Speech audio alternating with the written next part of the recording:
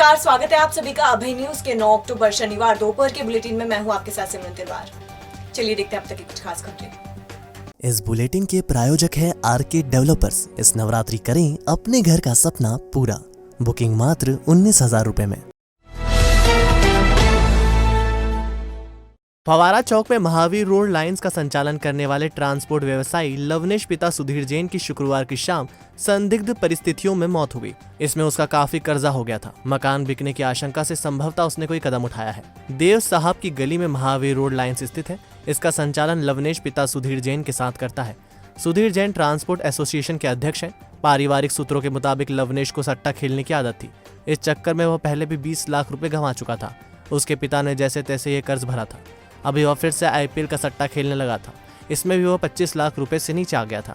उसने दोस्तों से कर्ज ले रखा था और वह रुपया वापस लौटाने का दबाव बना रहे थे। इन्हीं दोस्तों में से कुछ उसका मकान अपने नाम लिखवाना चाहते थे। इसके चलते ही वह परेशान था। संभवतः इसी के चलते उसने कुछ कदम उठाया हो। पुलिस ने पीएम के बाद शव परिजनों को सौंप दिया है। सही बात का पता जांच के बाद ही। कल शाम 6:30 के करीबन लवनेश कुमार जैन, जो कि फवारा चौक का रहवासी है, उम्र उसकी 22 साल है, उसके द्वारा सल्फास खाकर जो है आत्महत्या कर लेने के संबंध में मृत्यु की जानकारी हमें सिविल अस्पताल से प्राप्त हुई थी, जिसका आज विधिवत जो है पोस्टमार्टम कराया गया है मेडिकल ऑफिसर के द्वारा।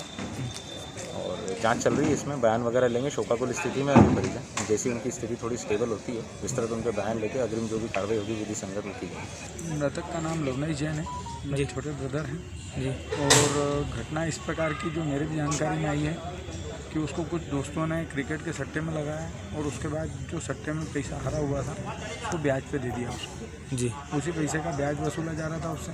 फैमिली पे प्रेशर बनाया जा रहा था कि आप पैसे का भुगतान करें। पूर्व में उसके पिता के द्वारा 20 लाख रुपए का भुगतान कर दिया गया था उन लोगों को जी। और अब 25 लाख रुपए के भुगतान की जानकारी वो लोग दे रहे थे। महाकाल मंदिर का निर्गम द्वार कुछ दिनों के लिए बंद करना पड़ सकता है, क्योंकि अधूरी सड़क बनाने के लिए ट्रैफिक डाइवर्ट करने का कोई विकल्प नहीं है। नए फैसिलिटी सेंटर में बनने वाली दुकानों को नीलाम करने के प्रस्ताव पर भी प्रशासन जल्द फैसला करेगा। कोविड का खतरा कम होते ही महाकाल मंदिर में चल रहे निर्माण कार्यों का काम भी तेजी पकड़ने लगा है। कलेक्टर आशीष सिंह ने मंदिर के विकास कार्यों को लेकर मंथन किया और विस्तारीकरण योजना के कामों की समीक्षा की। निर्गम द्वार के पीछे बड़ा गणेश मंदिर की ओर स्मार्ट सिटी योजना में सड़क बनाई जा रही है। यह अभी अधूरी है।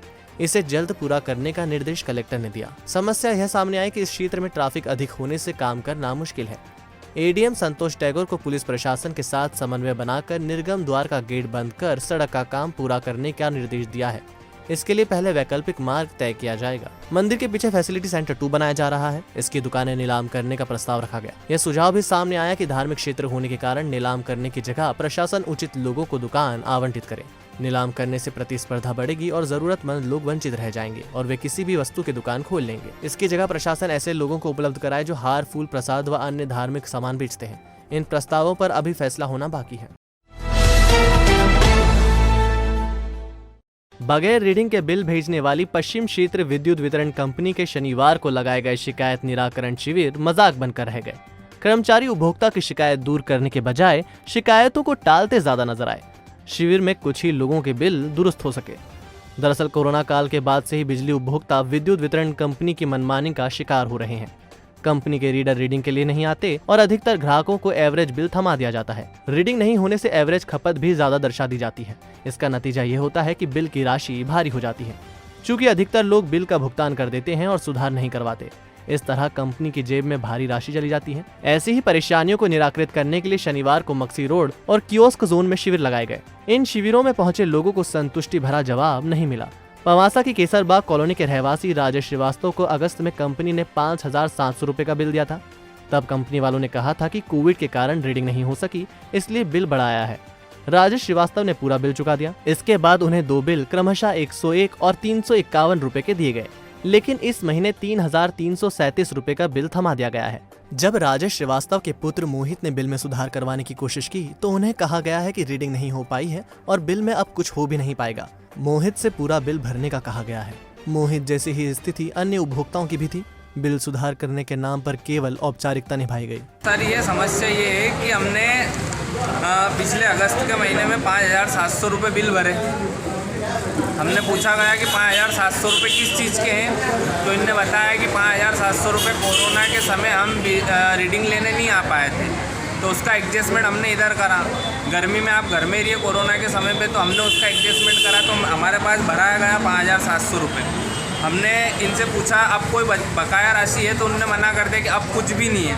उसके बाद अगले महीने मेरा बिल आया 101 रुपये, उसके महीने मेरा बिल आया 351 रुपये। उसके बाद फिर इनने बिल मेरे को दे दिया 3,337 रुपये का। मैंने फिर पूछा कि ये 3,337 का बिल कैसे आया, तो इनने फिर मेरे को वही जवाब दिया कि कोरोना में हम रीडिंग लेने नहीं आ पाए, गर्मी के समय आप अंदर थे, आपने एसी चलाई, आपने कूलर चलाया, भले गरीब काम पे जाता हो, गरीब किराए के मकान में रहता हो, पर वो एसी चलाएगा। इनका कहने का अर्थ ये है। निराकरण तो कुछ नहीं हुआ, ऊपर से और ये बोल रहे हैं कि कुछ भी नहीं होगा, आपको बिल भरना पड़ेगा।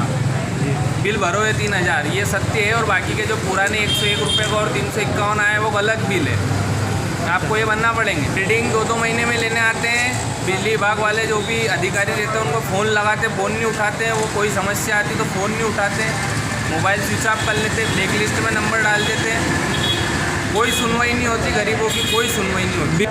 ये बोलेंगे वो सत्य है, अपन जो बोलेंगे वो गलत है। छुट्टी का दिन था, तो बहुत सारे लोग जो नौकरी पेशा लोग रहते हैं, जो उसके दिन नॉर्मली जो वर्किंग डे होता है उनका, उसमें वो समय नहीं निकाल पाते, तो हमने वो नहीं स्पेशली आज शिविर का आयोजन किया। तो उसमें वो लोग भी शामिल हो पाए हैं जो लोग की नॉर्मल डे में छुट्टी नहीं रहती है, आज उनकी छुट्टी है, अवकाश है शासकीय कर्मचारियों का, तो वो बहुत सारे लोग आए।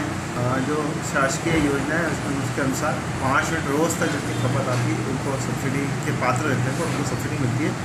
लेकिन अब हर महीने अगर एक जैसा कंजम्पशन नहीं रहता, अगर किसी महीने 150 के ऊपर या 5 यूनिट से अधिक चला जाता है उनका खपत, औसत खपत, तो फिर उनको सब्सिडी की पात्रता नहीं रहती, इसलिए सब्सिडी मिलती नहीं है। तो उनको ऐसा लगता है कि पिछले महीने हमारा बिल कम आया था क्योंकि उनको सब्सिडी मिल रही होती है, और इस महीने जिनकी खपत बढ़ रही होती है तो सब्सिडी के पात्र नहीं रहने का उनका बिल बढ़ जाता है। तो इसलिए उनको ऐसा लगता है कि बिल ज़्यादा आ रहा है, लेकिन वास्तव में वो सब्सिडी के कारण उनको ऐसा लग रहा है। इस नवरात्रि आर के डेवलपर्स आवास मेला लाया है आपके लिए अपने घर का सपना पूरा करने का शानदार मौका। मक्सी रोड और देवास रोड पर सर्व सुविधा युक्त कॉलोनी, जहां आप पाएंगे हरे भरे गार्डन, साफ स्वच्छ सड़कें, पेयजल, पीएचई लाइन, सुरक्षा के लिए चारों तरफ boundary wall, security guard, play zone, shopping complex. तो देर किस बात की, चले आइए और लीजिए इस ऑफर का लाभ। बुकिंग मात्र 19,000 रुपए में, कंफर्म बुकिंग पर रजिस्ट्री फ्री, और हाँ 45,000 रुपए का कैशबैक वाउचर लेना ना भूलें। प्लॉट मात्र 6,24,000 और मकान 9,81,000 से शुरू। अधिक जानकारी के लिए संपर्क करें 93,406 17725, 9171986011, 903-947-2605। पुलिस लाइन में शुक्रवार को जमकर पथराव हुआ और आंसू गैस के गोले दागे गए। दरअसल दंगा नियंत्रण के लिए पुलिस मॉक ड्रिल कर रही थी। इसमें 4 पार्टी, आंसू गैस पार्टी, लाठी पार्टी, राइफल पार्टी और रिजर्व पार्टी बनाकर बलवा ड्रिल का अभ्यास किया। यह सालाना रिहर्सल का हिस्सा था। इसमें महिला आरक्षक, पुरुष आरक्षक, थाने का बल शामिल हुए। पुलिस के भी सभी अधिकारी शामिल हुए। एसपी ने बलवा ड्रिल का निरीक्षण किया। चंबल नदी के तट पर चामुंडा माता मंदिर के किनारे शराब पी रहे बाप बेटे में से बेटा नदी में गिरकर डूब गया। रात से लेकर सुबह तक चले अभियान के बाद भी बेटे का पता नहीं चला। दरअसल गवर्नमेंट कॉलोनी का दिनेश जोशी अपने पिता किशन लाल जोशी के साथ शुक्रवार की रात नदी किनारे बैठकर शराब पी रहा था। अचानक उसके हाथ से मोबाइल छूटकर नदी में गिर गया। मोबाइल उठाने के चक्कर में दिनेश नदी में उतरा तो वह बह गया। पिता की चीख पुकार सुनकर लोग मौके पर पहुंचे और दिनेश को खोजने की कोशिश की। रात से लेकर शनिवार सुबह तक दिनेश का पता नहीं चला था। हमारे पास में सुबह 9 बजे खबर आई है कि चामुंडा माता मंदिर कुंड में कोई आदमी रात को 12 साढ़े 12 बजे करीब डूबा है। कोई दिनेश जोशी करके बता रहे हैं। दिनेश जोशी तो अभी तक मिला नहीं है वो? नहीं, अभी मिला नहीं है क्योंकि पानी का बहाव तेज होने से हो सकता है कि वो आगे की तरफ निकल गया हो। बहाव ज़्यादा है पानी का। बाकी आसपास हमारी टीम सर्चिंग कर रही है। बिरला ग्राम की बीसीआई कॉलोनी में रहने वाली एक युवती से इंस्टाग्राम पर दोस्ती कर उसका दैहिक शोषण करने वाले आरोपी की गिरफ्तारी को लेकर हंगामा हो गया। बजरंग दल के लोगों ने थाने का घेराव किया और जमकर नारेबाजी की। दरअसल इंस्टाग्राम पर हिंदू युवती की पहचान तौसीफ नामक युवक से हुई थी। तौसीफ युवती को घर से बुलाकर दैहिक शोषण कर रहा था। इससे युवती परेशान थी। यह बात जब बजरंग दल कार्यकर्ताओं को पता लगी तो वह तौसीफ को पकड़कर थाने लाए। यहाँ पुलिसकर्मी योगिता उपाध्याय ने बजरंग दल कार्यकर्ताओं के साथ अभद्रता की तो उन्होंने थाना घेर दिया और जमकर नारेबाजी की। मौके पर बजरंग दल के रमेश प्रजापत सहित बड़ी संख्या में कार्यकर्ता मौजूद रहे। नहीं, वो हमारे व्यक्ति बोल रही कि तेरे पे बनेगी, तो ये भाषा ये मर्यादित नहीं है। महिला कर्मचारी हमारे व्यक्ति के खिलाफ अगर कोई भी तू तुकारा से बात करेगा तो बजरंग दल नागदा बंद करने की ताकत रखता है, बिल्लाग्राम जाम करने की ताकत रखता है और नेशनल हाईवे भी जाम करता है।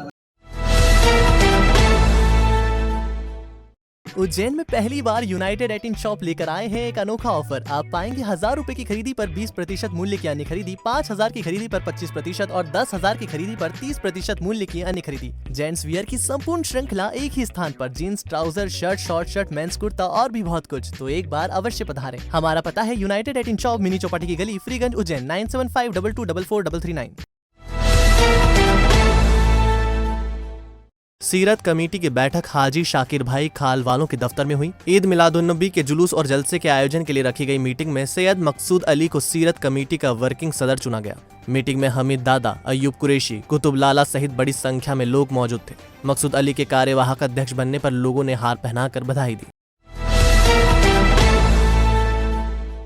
मनोविकास विशेष शिक्षा महाविद्यालय, जहां बीएड बौद्धिक मंदता, डीएड बौद्धिक मंदता, डीएड बधिरांधता उपलब्ध पाठ्यक्रमों के साथ शिक्षकों को तैयार किया जाता है। प्रशिक्षित प्राध्यापकों के साथ सर्व सुविधा युक्त कक्षाएं, आधुनिक library, computer lab, online offline शिक्षण, सांकेतिक भाषा कक्षाएं, जॉब प्लेसमेंट, परामर्श एवं व्यवधान रहित वातावरण उपलब्ध है। अधिक जानकारी के लिए संपर्क करें 9993437330 9827448830। हमारा पता सेक्टर 9 जवाहर नगर उज्जैन।